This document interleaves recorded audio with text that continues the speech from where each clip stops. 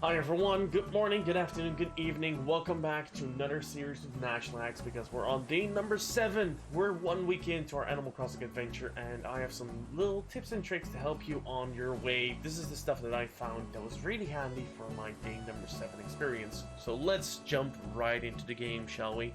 So let's go over here. Welcome to Nashlandia again. We actually have something unlocked that I'm going to talk about tomorrow because that is for the stream for today because I haven't actually looked at it yet. So we're going to jump into some interesting notes. So first off, I want to talk about the multiplayer real quick.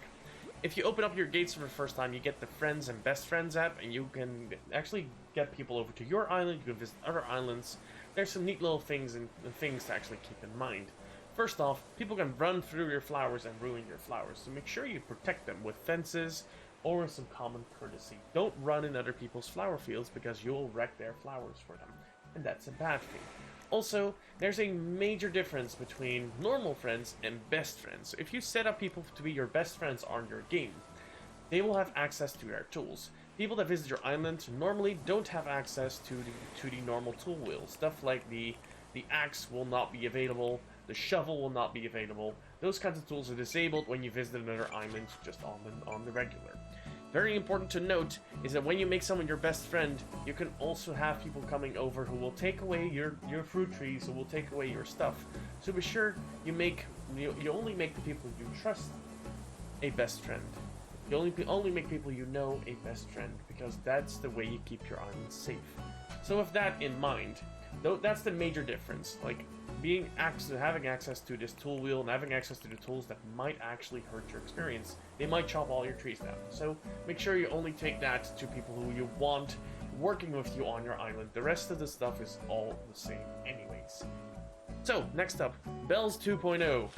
So I actually worked on the flower fields a little bit. I set up multiple flower fields now and running between the flower fields, and I tested this yesterday, netted me about 200,000 bells in an hour on prime time, which is between 5 and 7 p.m. and 4 and 8 a.m. in March. So that prime time area got me about 200,000 bells in an hour, which is a lot of money that you can gain quickly without actually going into risky strats or trying to actually manipulate the RNG of the game. So that's basically a very neat little thing you do. Also, it comes with the perk of having wonderful flower fields to actually visit and actually have in your islands. They look absolutely beautiful, and I'm very happy to actually have more flowers.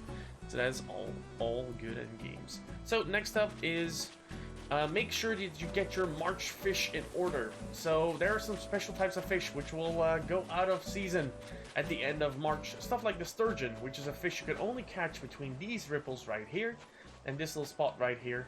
They will go out of season on March. So be sure to check out on the list if you don't want them to lose out on them fishies when they go away when April is here, because it'll be pretty damn close. We're only a week away from April. So be sure to check out the list, see which fish go out of season. There's one on the Discord, there's one online as well. So be sure to check that out and make sure that you don't miss out on those wonderful fishies and bugs, because then you'd have to wait for an entire year. Not that that's bad, but never mind. Last but not least, there's a tip that happened yesterday on stream. Someone gave me the tip to actually prep tools. So if you place tools, they will not leave your map. If you drop a tool, it will become an item. If you place them, it becomes a furniture item like the ones you see over here. That means you can prep tools ahead of time. You can make a bunch of bug nets, you can make a bunch of fishing rods, and some tools you'll need on daily practices and some backups. Don't you just hate it when you lost your slingshot and you forgot to make a new one, and then a package flies over and you can't make a new slingshot and you lose out on a wonderful gift? Not if you have a slingshot on the floor waiting for you at a designated spot where all your tools are. Very handy to do. It's a very neat little trick that saved my hide a few times over already, and it makes for some proper inventory management as well because you don't actually have to have them in your inventory. So that is it actually for today. Pretty easy to go. Tomorrow, as you guys can see, we have some new things happening today in our island, so expect a wonderful video tomorrow relaying all the new features and tips and tricks relating to those, because we're going to explore those today as well. And that is it.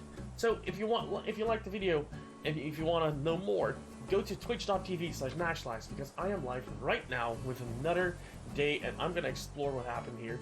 If you can't, that is okay. Drop a like if you liked the video, and I'll be back tomorrow with all neat little tips and tricks for some features that I've been waiting for days.